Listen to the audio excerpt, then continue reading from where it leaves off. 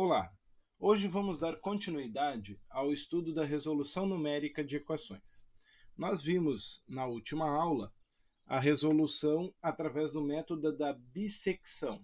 Vimos que inicialmente era necessário fazer o isolamento da raiz e aí utilizávamos o método da bissecção para refinar esse isolamento.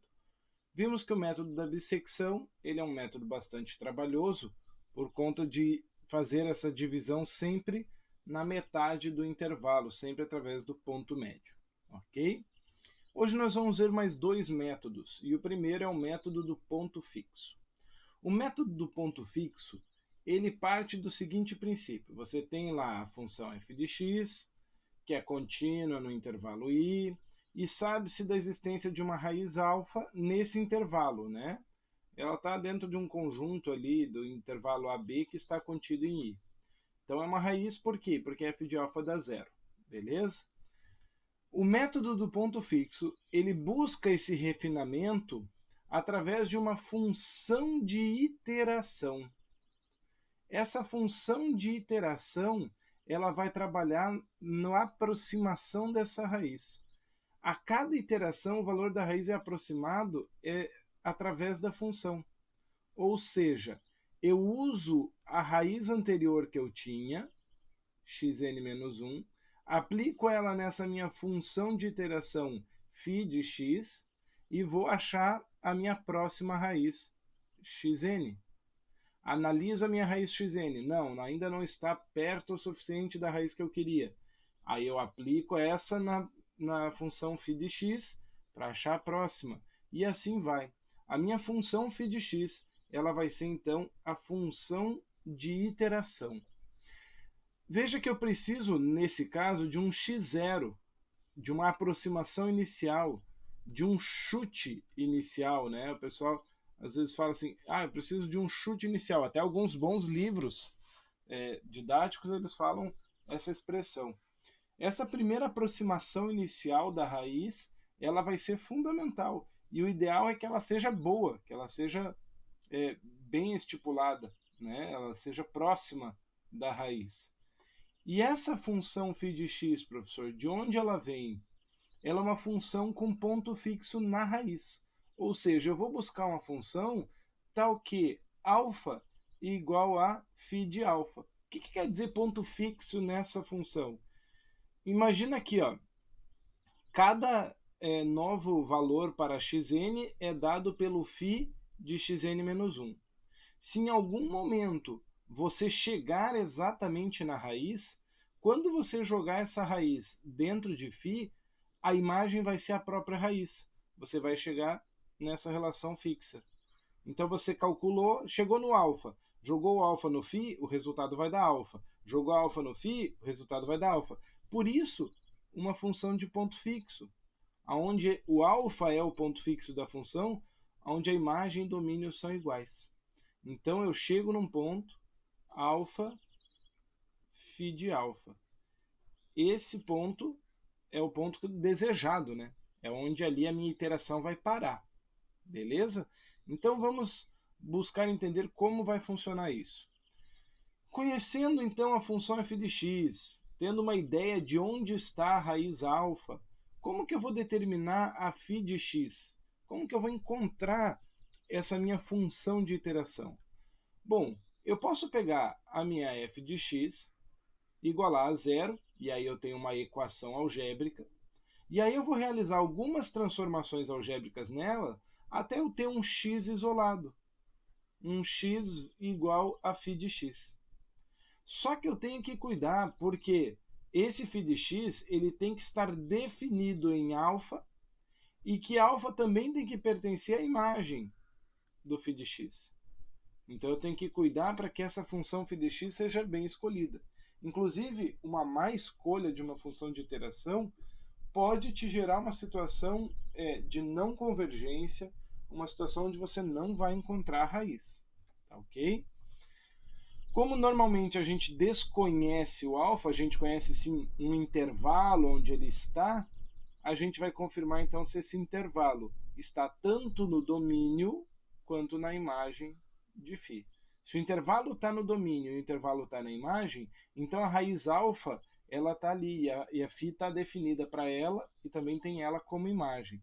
E aí sim, eu vou conseguir girar em torno dela para tentar achar o ponto fixo. Ok? Graficamente, o que significa, né, essa nova função φ de x? Então eu tenho uma função f de x aqui, ó, x ao cubo menos 9x mais 3. É uma função cúbica, a gente vai ver a curva dela crescente, tá bom? Mas como encontrar, então, essa funçãozinha, essa função φ de x, tal que x igual a φ de x? Nesse caso aqui, bem simples, eu vou igualar a zero, a minha função, e eu vou isolar esse x aqui, ó, tá? Então eu vou tirar o menos 9x, está subtraindo, o contrário de subtração é soma, e agora eu vou tirar o 9, que está multiplicando, o contrário da multiplicação, divisão.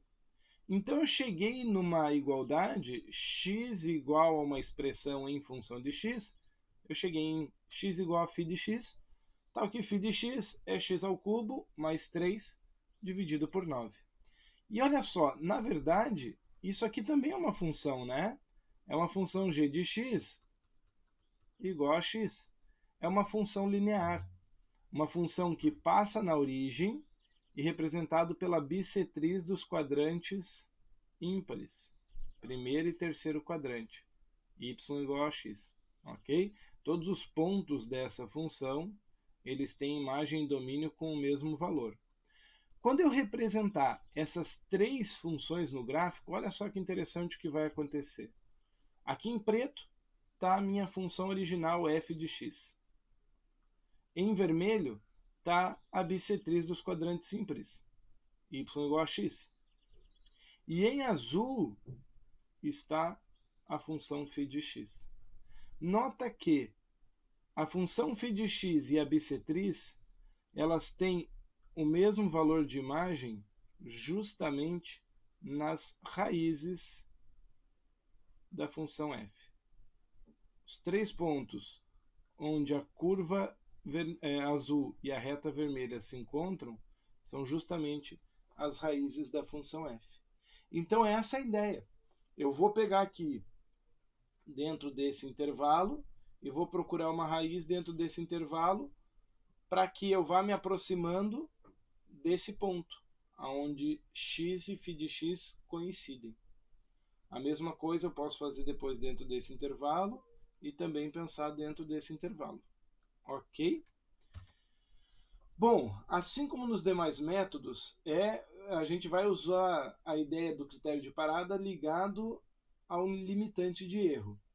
Quando você vai programar isso, se você vai fazer aí um executável, alguma coisa assim, é interessante que você também tenha como critério de parada um limitante de iterações. Às vezes o teu problema ele não consegue atingir aquele erro que você apontou, então ele vai para um limitante de iterações e para e te avisa, ó, já deu essas iterações e pare e analise o que está acontecendo porque você ainda não chegou no erro. Mas, na prática aqui a gente vai trabalhar por enquanto só com a ideia do limitante do erro epsilon. Como a gente viu lá na bissecção.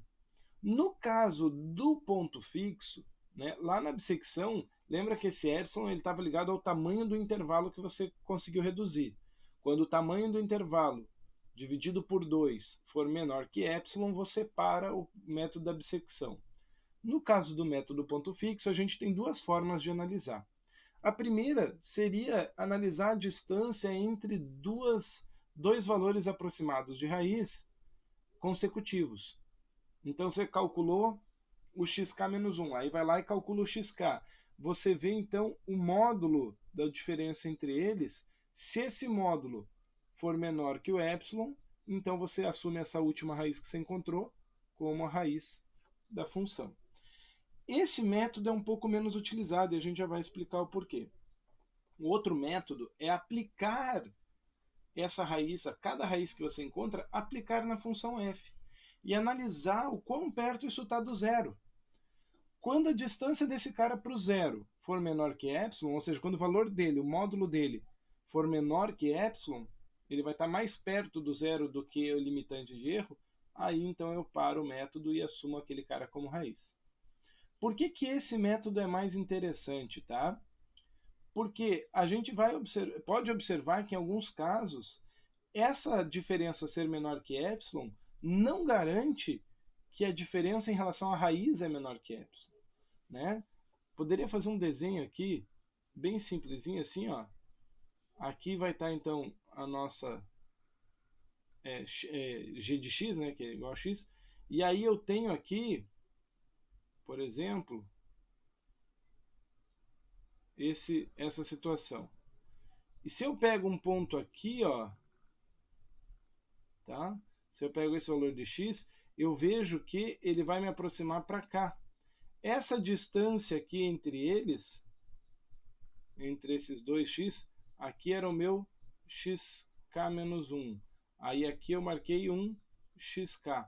Se essa distância for menor que epsilon, eu vou parar. Mas de repente essa distância ainda não é menor do que a raiz. De repente essa raiz, posso até, né, que eu já fechei aqui, mas eu podia fazer essa curva fechar mais para lá, e essa raiz já não é suficientemente próxima, né? Ela está longe ainda, ela podia chegar mais perto da raiz. Por isso que a gente vai utilizar mais essa limitação de erro. Então, calculou as raízes aproximadas, xk mais 1, xk mais 2, joga na função e aí analisa o valor dela na função. Tá ok? O valor dela ficou abaixo do erro. Para. O valor dela está acima do erro? Continua. Tá certo? A convergência, a gente viu lá a convergência do método da bissecção, era muito simples, né? Convergia para a raiz porque você ia reduzindo o intervalo onde essa raiz estava.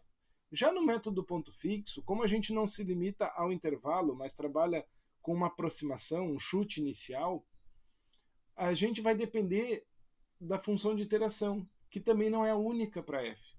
E é importante perceber que algumas delas não são convergentes, não são adequadas para buscar a raiz. Quer ver? Vamos pegar uma função f de x que eu nem precisaria de método numérico para achar as raízes, né? Uma função quadrática, se eu igualar a zero, eu vou encontrar as raízes menos 3 e 2 sem nenhuma dificuldade. Muito tranquilo, ok? Mas vamos tentar aplicar o método ponto fixo nessa função. E para ela eu poderia isolar o x de diferentes maneiras.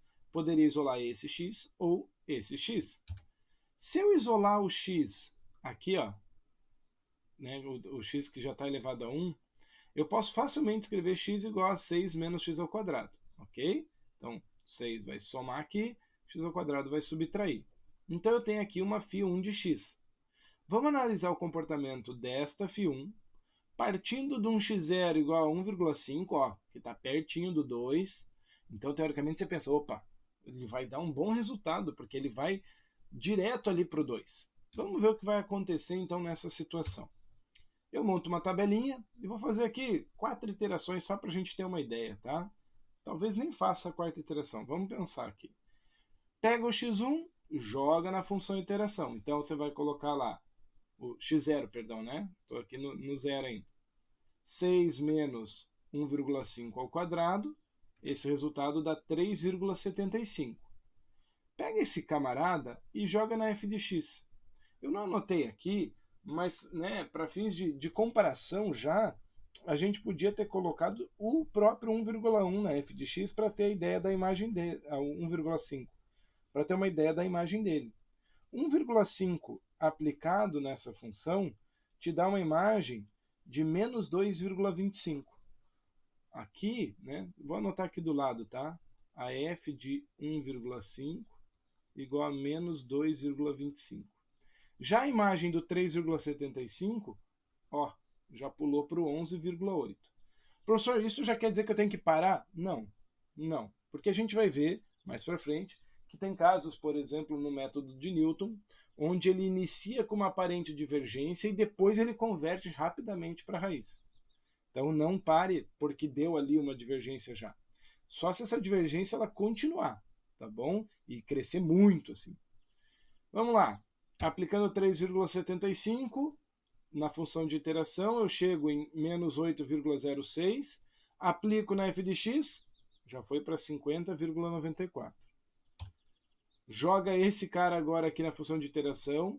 acha menos 59,0039 para a nova raiz e vê que cresce de novo. E assim vai, gente. Na terceira iteração, você vai ver que você vai passar de 10 a sétima. O valor já vai ser da tua imagem, já vai ser maior que 10 a sétima. Ou seja, você está se afastando da raiz, na verdade. Então, nesse caso, φ1 não converge para a raiz, diverge. E aí não é interessante para você conseguir achar a raiz dessa função. Tá bom?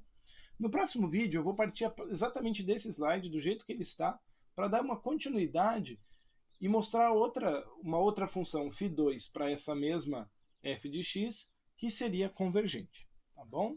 Então segue aí no próximo vídeo, a gente continua esse mesmo problema.